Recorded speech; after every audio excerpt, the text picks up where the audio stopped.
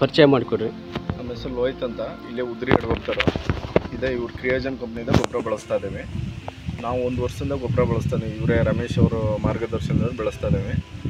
Total 20 ಆಮೇಲೆ ಬೇಬಿನ್ India ಅವ್ರದ್ದೇ ಕ್ರಿಯೋಜನ್ ಕಂಪ್ನಿದೆ. ಆಮೇಲೆ ಇದು 14/6/21 ಅದನ್ನು ಬಳಸ್ತಾ ಇದ್ದೀವಿ. ಆಮೇಲೆ ಇವರವೇ ಸುಮಾರಷ್ಟು ಗೊಬ್ಬರಗಳು ಬಳಸ್ತಾ ಇದ್ದೀವಿ. ಆಮೇಲೆ ಇವರು ರಮೇಶ್ ಅವ್ರದ್ದು ಮಾರ್ಗದರ್ಶನ ಚೆನ್ನಾಗಿದೆ, ಏನು ತೊಂದರೆ ಇಲ್ಲ. 1 ವರ್ಷದಿಂದ ತೋಟನೂ ಚೇಂಜ್ ಆಗಿದೆ. ಆಮೇಲೆ ಇನ್ನೊಬ್ರು ಇವ್ರ ಕಡೆಯವರು ಒಬ್ಬರು ಸರ್ ಬಂದಿದ್ರು, ಅವತ್ತು ಟ್ರೈನಿಂಗ್ ಎಲ್ಲ ಹೇಳಿದರು, ಉಮೇಶ್ ಸರ್ ಅಂತ. ಅವರು ಚೆನ್ನಾಗಿ ಮಾಹಿತಿ ನೀಟಾಗಿ ಕೊಟ್ಟರು. ಇಲ್ಲೇ ನಮ್ಮ ಉದ್ರಿಯಲ್ಲಿ ಮೀಟಿಂಗ್ ನಡೆದಿತ್ತು. ಪರವಾಗಿಲ್ಲ, ಇವ್ರ ಗೊಬ್ಬರ ಆರಾಮಾಗಿ ಬಳಸ್ಬೋದು.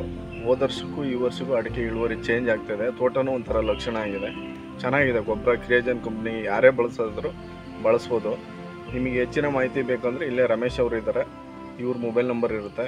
ಇಲ್ಲ ಸ್ವಲ್ಪ ಸೊಸೈಟಿಗೆ ಹೋದ್ರು ಇವ್ರ ಗೊಬ್ಬರದ ಬಗ್ಗೆ ಮಾಹಿತಿ ಕೊಡ್ತಾರೆ.